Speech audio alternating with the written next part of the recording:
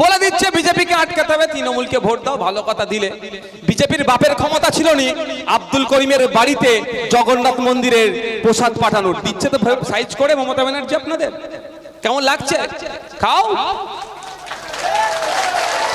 কেমন লাগছে?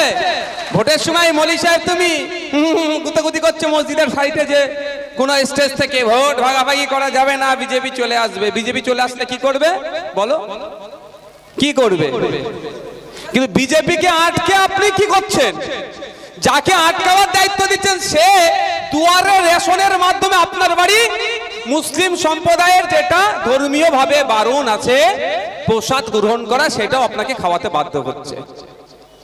তাহলে বিজেপি আর তৃণমূলের তফাৎ কি? আচ্ছা আপনি বলুন, কালকে যদি তৃণমূল বলে, আচ্ছা প্রসাদের বলে আমি শুধু বিরোধিতা করছি না, কালকে যদি মমতা ব্যানার্জি বলে আপনার ভোট পাওয়ার জন্য সামনের কুরবানির সময় গরুর গোশ সব ভোটারদের বাড়ি বাড়ি পাঠাবো, এটা আমি কি মানবো? এটা আমি চরম বিরোধিতা করব। কারণ সরকারের কাজ নয় গরুর গোশ বাড়িতে বাড়িতে পাঠানো, জগন্নাথ ধামের প্রসাদ বাড়িতে বাড়িতে পাঠানো। সরকারের কাজ হওয়া দরকার ছিল ওয়ান ফ্যামিলি ওয়ান জব, প্রতিটা বাড়ি থেকে একটা করে সদস্যকে চাকরির ব্যবস্থা করা। সেটা ব্যর্থ হয়েছে। ব্যর্থতা ঢাকার জন্য আপনার বাড়ি প্রসাদ পাঠাচ্ছে, কোনদিন আপনার বাড়ি গরুর গোশ পাঠাবে। যে মলি সাহেব গুলো ছিল সেই মলি সাহেবদের মুখে আজকে কথা নাই। আমি আশা করব সেই মলি সাহেব গুলো বলিষ্ঠ কণ্ঠে মমতা ব্যানার্জিকে বার্তা দেবে এবং মমতা ব্যানার্জি এই কাজকে প্রকল্পকে বন্ধ করবে। অ্যাকচুয়ালি এটা কিন্তু ব্যাপার কি জানেন, শুনলাম 42 কোটি টাকার এটা প্রজেক্ট, 42 কোটি টাকা খরচ হচ্ছে। অ্যাকচুয়াল আপনার প্রসাদটাও বাড়িতে পাঠানোর ব্যাপার নয়, 42 কোটি টাকা থেকে 50% 21 কোটি টাকা তো পকেটে ভরতে হবে। এই হচ্ছে ব্যাপার। মাদ্রাসার কম্পিউটার টিচার যারা আইসিটি, তারা দীর্ঘকাল মাইনে পাচ্ছে না। আপনার আমার বাড়ির ছেলে যারা মাদ্রাসায় পড়াশোনা করে, কম্পিউটার যারা শেখায়, সে টিচারদের মাইনে দিচ্ছে না, উল্টে 42 কোটি টাকা খরচ করে এই কাজটা করছে। আপনার আমার ছেলেদেরকে যারা বৃত্তিমূলক শিক্ষা দেয়, কেউ 18 মাস ল্যাব অ্যাসিস্ট্যান্ট, তারা মাইনে পাচ্ছে না, কিন্তু আপনার বাড়ি প্রসাদ পাঠানোর জন্য তৎপরতা দেখাচ্ছে। কারণটা কি? যদি আপনার ছেলে কম্পিউটার শিখে যায়, আপনার ছেলে যদি শিক্ষিত হয়ে যায়, ওর হয়ে বুথ দখলটা করবে কে? ওর হয়ে দালালিটা করবে কে?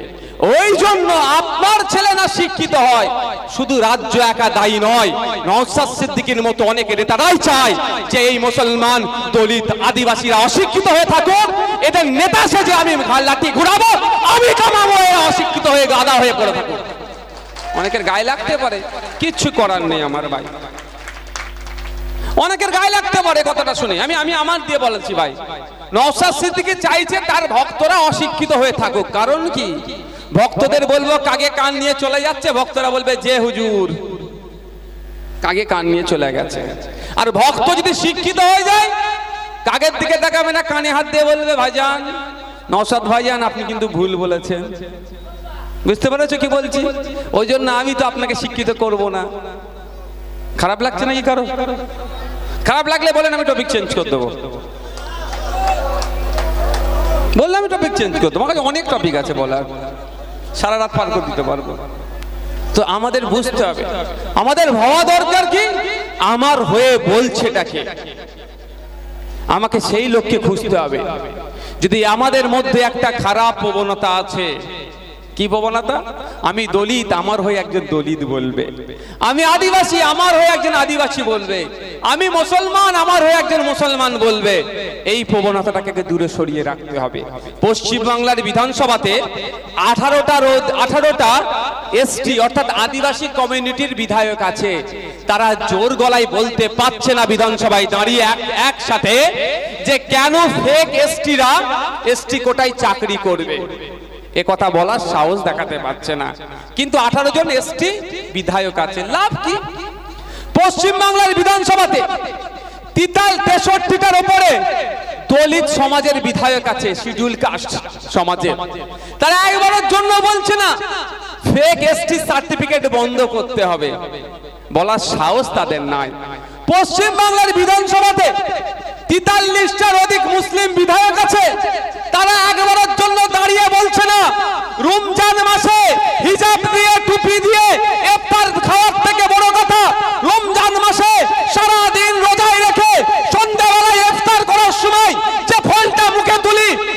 সময়ের থেকে 3 গুণ 4 গুণ দাম বেশি, দামটা কমাতে হবে, এতটুকু কথা বলার সাহস তাদের বিধানসভাতে নাই।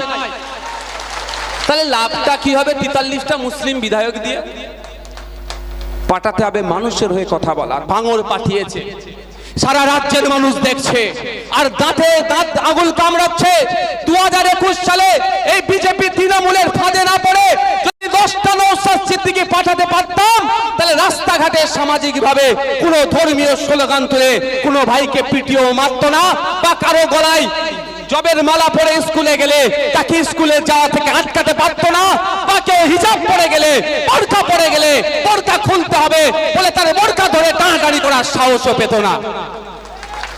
পাঠাতে হবে জনগণের জনপ্রতিনিধিকে।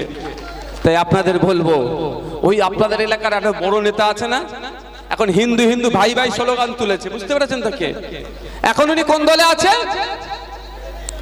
এখন কেন বললাম বলুন তো? কেন কেন বললাম এখন? বুঝতে পারছেন তো? কখন কোথায় থাকবেন উনিও জানে না, আমরা তো দূরের কথা। যাক, আপনাদের এলাকায় এক নেতা আছে, এতদিন ধরে আপনাদেরকে কি বুঝিয়েছে? আমি তোমার জন্য লড়াই করব, তোমার জন্য লড়াই করব, তুমি আপনারা বলছেন দাদা আমার, দাদা আমার। এখন সেই দাদাই গিয়ে কি বলছে? আপনাকে মোল্লা, আপনাকে জেহাদি, আপনাকে কোমরে লাথি মেরে ওই তার দল বলছে কি বাংলাদেশে পাঠিয়ে দেবো। ওই দাদাকে তো এখন চিনে ফেলেছেন বলে ওকে বলছেন কত বড় গাদ্দার। আর যে দাদাগুলো এখনো চিহ্নিত হয়নি, কি বলছি বুঝতে পারছেন না? ওকে তো চিনে ফেলেছেন, ও সার্টিফাইড, ওকে আমরা ওনার কথা আমরা বিশ্বাস করব না। কিন্তু যেই দাদাগুলো এখনো ওই ধরনের, 2019 সালের আগে এই দাদা যেমন ছিল, এখন যে দাদাগুলো আছে পাঁচিলে উঠে বসে আছে, সেই দাদাগুলোকে চিনতে হবে। সেই দাদাগুলো কারা? যেই দাদাগুলো আমার ওয়াকাফ আন্দোলনে আমার পাশে থাকছে কি থাকছে না, এখন থেকে তারা বুঝিয়ে দিচ্ছে। আপনার এলাকার নন্দকুমারের বিধায়ক কে? হ্যাঁ, কোন পার্টি? হ্যাঁ, তৃণমূল পার্টি। তাহলে এনার উচিত ছিল কি আপনার ওয়াকাফ নিয়ে আপনি চিন্তিত তো নাকি? মাদ্রাসা, মসজিদ, ঈদগাহ, কবরস্থান নিয়ে চিন্তিত তো? সুকুমার বাবুর উচিত ছিল কি সুপ্রিম কোর্টে গিয়ে একটা মামলা করা, তাই না? জনপ্রতিনিধি মানে কি ভাই? জনপ্রতিনিধি মানে কি? জনগণের প্রতিনিধিত্ব করবে, জনগণ বিপদে আপদে জনগণের পাশে দাঁড়াবে, সুরাহা করবে। এখন এই কোন বিধানসভা কি? নন্দকুমার বিধানসভার মানুষজন আতঙ্কিত, চিন্তিত যে মাদ্রাসা, মসজিদ, কবরস্থানের জায়গা থাকবে না বড় বড় বিজেপি কেড়ে নেবে, তাই না ভাই? তাহলে এর হাত থেকে বাঁচতে গেলে কি করতে হবে? দুটো রাস্তা, মাঠে ময়দানে শান্তিপূর্ণভাবে আন্দোলন সংগঠিত করা, সুপ্রিম কোর্টে গিয়ে মামলা করা। তা আপনার জনপ্রতিনিধি সুপ্রিম কোর্টে গিয়ে মামলা করেছে? জিজ্ঞাসা করবেন না? উল্টে তারা কি বলছে যে এখানে নয় দিল্লিতে গিয়ে করুন।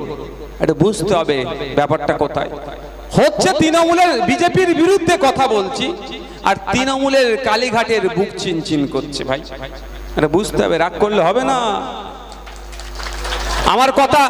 আমার কথা লোকাল তৃণমূলের বন্ধুরা শুনতে পারে। আমি লোকাল তৃণমূলের বন্ধুদেরও বলছি, আপনার দাদুর কবরটা বাঁচানোর জন্য মমতা ব্যানার্জি কিন্তু মামলা করেনি, নওশাদ সিদ্দিকী মামলা করেছে। এটা মাথায় রাখবেন, মাথায় রাখবেন। আপনি যে মসজিদে নামাজ পড়েন, সেই মসজিদটা কেড়ে নেওয়ার অপচেষ্টায় বিজেপি চালাচ্ছে। এই অপচেষ্টা বন্ধ করার জন্য কোন অভিষেক ব্যানার্জি মামলা করেনি, এই নওশাদ সিদ্দিকী, আব্বাস সিদ্দিকীর ছোট ভাই মামলা করেছে। এটা মাথায় রাখবেন। যখন আপনাকে বলেছিল বিদেশি বাংলাদেশি বলে তাড়িয়ে দিবার জন্য যে এনআরসি নামক বিল নিয়ে এসেছে, সেই বিলকে আটকানোর জন্য কোন দাদা দিদি সুপ্রিম কোর্টে যায়নি, আব্বাস সিদ্দিকীর ছোট ভাই সুপ্রিম কোর্টে গিয়েছিল। তার জন্য আপনি এখনো মাথা তুলে আছেন। শুধু তাই নয়, আপনার যে ওবিসি সার্টিফিকেটটা নিয়ে ভোটে দাঁড়িয়ে নেতা সেজেছেন, প্রধান হয়েছেন, উপপ্রধান হয়েছেন, সমিতির সভাপতি হয়েছেন, সহসভাপতি হয়েছেন, জেলা পরিষদের দায়িত্ব পেয়েছেন, এই সার্টিফিকেটটা আজকে ধ্বংসের পথে, যাতে না ধ্বংস হয়ে যায় সেই জন্য আমি মামলা করেছি সুপ্রিম কোর্টে। আমি একটা নয় দুটো মামলা করেছি, আমার নিজের নামে একটা মামলা, আর আপনার মেদিনীপুরের বিপ্লবী মাটির এক ছেলেকে দিয়ে আমি আমার খরচে মামলা চালাচ্ছি। কোনো দাদা দিদি করেনি, এটা মাথায় রাখবেন। রাগ হলে দেন দুটো চারটে কথা বলুন, কিন্তু এটা মাথায় রাখবেন, রাত্রে মাথায় যখন ঘুমাবেন বালিশে মাথাটা দিয়ে বলবেন নওশাদ ভাইজান আব্বাস ভাইজান নাকি তো উল্টো পাল্টা বলি, যা বলতে তো ট্যাক্স লাগে না, কিন্তু নওশাদ ভাইজান আব্বাস ভাইজান ছাড়া কোন ভাইজান বা কোন দাদা দিদি আমাদের জন্য সুপ্রিম কোর্টে মামলা করেছে পাবেন খুঁজে? তাই বলছি তৃণমূলে যারা ভাইয়েরা আছেন গুটি কয়েক কথা বলবো, ঠান্ডা মাথায় শুনবেন। যদি ভালো না লাগে আমার নাম্বার তো ইন্টারনেটে গেলে পাবেন, গুগলে গেলে পাবেন, সার্চ করবেন, ফোন করে দু চারটে কথা বলবেন। গালাগালি দেবেন না, ভালো ভালো বুঝিয়ে দেবেন আমাকে যে ভাই এটা আপনার ভুল হচ্ছে। নাহলে আমার বাড়িতে আসবেন, কোনো সমস্যা নেই, নিশ্চিন্তে থাকবে। আজকে একজন একটা দেখলেন না, একটা আমার এক বিধায়কের শরীর খারাপ হয়েছে, তাকে আমি করেছি বলে বলছি না, কি সে আমার কি শত্রু নাকি? রাজনৈতিকভাবে সে আমার চরম প্রতিপক্ষ, কিন্তু বিপদে পড়েছে তার আমি পাশে থাকবো না? তো নিশ্চিন্তভাবে আমাকে দরকার লাগলে ডাকবেন, ভাইজান এটা আপনার ভুল ছিল, আমি ভুল শুধরে নেব, কিন্তু একটু কথা বলবো, আপনারা শুনুন। আচ্ছা আপনি বলুন, শুভেন্দু অধিকারী মহাশয় আপনার এলাকার নেতা, যেভাবে হিন্দু মুসলিমের মধ্যে বিভেদ লেগে যাবে, দাঙ্গা যে কোনো সময় লেগে যাবে, মুসলমানদের জিহাদি মাদ্রাসায় নাকি জিহাদি পাঠ দেওয়া হয় বলে কথা বলে বেরোচ্ছে, মুসলমানদেরকে অপমান করছে না? আপনারা বলুন, অপমান করছে না? তাহলে কি করতে হবে? এফআইআর করতে হবে। কে এফআইআর করবে? আমরা বারবার বলছি, পুলিশের একটা ক্ষমতা আছে সুমোটো, অর্থাৎ নিজে থেকেই সে মামলা করতে পারে। আমি একটা পুলিশকে একবার দালাল বলেছিলাম, আমি কিন্তু পুলিশদেরকে দালাল বলি না, পুলিশ আমাদের সামাজিক বন্ধু, পুলিশকে বন্ধু সহযোগিতা কথা সব সময় বলি। যাক, একটা পুলিশকে একবার দালাল বলেছিলাম, সেই জন্য আমার বাড়িতে নোটিশ চলে এসেছিল, আমার নামে মামলা হয়ে গেছিল। আমি কিন্তু জামিন নিইনি, আমি বলছি আমি ওই মামলায় জামিন নিইনি। অন্য মামলায় অনেকে জামিন নিচ্ছি, অনেক মামলা ইচ্ছা করে জামিন নিইনি, ওই মামলাটা জামিন নিইনি, কারণ আমি ওই দালালকে দালাল বলেছি, তাতে মামলাতে ওই জেল খাটতে হয়, আমি জেলে গিয়েও বলবো, জজের সামনেও বলবো ও দালাল, ওই জন্য দালাল বলেছি আমি, দালালি করেছে। আর অন্য পুলিশের হয়ে কথা বলেছি, অমিতাভ মালিক না নন্দী আমাদের দার্জিলিং এ গুলি করে মেরেছিল সাব ইন্সপেক্টরকে, হ্যাঁ ঠিক আছে, তার পাশে আমরা দাঁড়িয়েছি, পরিবারের পাশে আমরা দাঁড়িয়েছিলাম। এমনি যারা পুলিশের আছে তাদের পাশে আমরা সবসময় আছি। দেখ, আমি গুটি কয়েক কথা বলছি, যে শুভেন্দু অধিকারী এত হিংসা ছড়াচ্ছে, ওকে এতক্ষণ জেলের মধ্যে রাখা দরকার ছিল তো, কেন জেলের মধ্যে রাখেনি ভাই বলুন? আমার তৃণমূল ভাইরা যারা দূরে শুনছেন তাদের কাছে ছেড়ে দিচ্ছি, যদি শুভেন্দু অধিকারী হিংসাত্মক কথা বলা ছেড়ে দেয়, তাহলে আমরা আর বিজেপিকে নিয়ে চর্চা করব, কেউ বিজেপিকে কেউ ভয় পাবো? অ্যাকচুয়ালি এটা তো ভয় দেখানো হচ্ছে। কি বললো? ক্ষমতায় আসলে তৃণমূলের যে সমস্ত মুসলিম এমএলএরা থাকবে তাদেরকে চাংতুলা করে রাস্তায় ফেলে দেবে। কম বড় কথা? ও সাহস পেল কোথা থেকে? ওকে সাহস কে দিল? এই বলার দ্বিতীয়বার সাহস পেত না, ওনার ঘাটটা ধরে ওনাকে ধরে জেলের মধ্যে রাখা দরকার ছিল, যে তুমি একজন নির্বাচিত জনপ্রতিনিধিকে এই রকম তুমি বলতে পারো না, মানুষের ম্যান্ডেট নিয়ে যে বিধানসভার মধ্যে আসবে তুমি তাকে বাইরে বার করার তোমার হাতে ক্ষমতা নাই, তুমি অপব্যবহার করবে, তুমি বলছো ক্ষমতার, তোমাকে এখনই জেলের মধ্যে পাঠিয়ে দেবো। জেলের মধ্যে রাখা দরকার ছিল তো, কেন রাখেনি? রাখলেই তো আপনি ভয় পাবেন কি? ওই কথাটা আপনারই বুথে আলোচনা হচ্ছে, দেখেছিস এখন ওরা ক্ষমতায় নাই, তাই যদি বলে মুসলমান বিধায়কদেরকে বিধানসভা থেকে চাংতুলা করে বার করে দেবে, যদি ক্ষমতায় আসে তোকে আমাকে কিন্তু ঘরে থাকতে দেবে না বলে ভয় দেখাচ্ছে না। তাহলে কি করতে হবে? দিদির হাতটা শক্ত করো।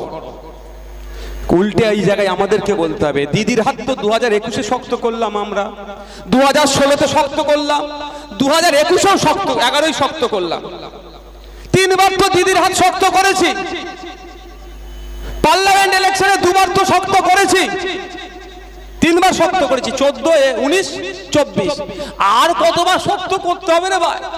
এবার তো মমি হয়ে যাবে রে, মানে কি বুঝতে পারছো না? স্ট্যাচু হয়ে যাবে। যতবার শক্ত করলাম আমরা কি দেখলাম? ভুল বললে আমাকে বলবেন, শুধরে নেবো। 2019-এ বিজেপি ছিল কলকাতায়, 2019-এর পরে বিজেপি মেদিনীপুর, আপনাদের মানে তমলুকে ডিএম অফিস কোথায়? নিমতৌড়িতে এসেছে। আর 2021-এ বিজেপি আপনাদের ওই মোটটা না নন্দকুমার আইল্যান্ডে চলে এসেছে। এখনো যদি আপনি বলেন দিদির হাত শক্ত করতে হবে, ওই হাত শক্তর নামে 2026-এ আপনার বেডরুমে বিজেপিকে দিদিমণি ঢুকিয়ে দেবে। আমি এটা তৃণমূলের বন্ধুদের বলছি। এই কদিন আগে তৃণমূলের 3টে লেভেলের জেলা প্রেসিডেন্ট ঘোষণা হয়েছে, মাদার, যুব আর ওদের শ্রমিক ইউনিয়নের। দিয়েছে তো সাইজ করে। কটা পদ পেয়েছে মেদিনীপুরের মানুষ? ঝেড়ে ভোট দিচ্ছে তো মেদিনীপুরের ভোট। শুধু কেন নেতা বানাচ্ছে না?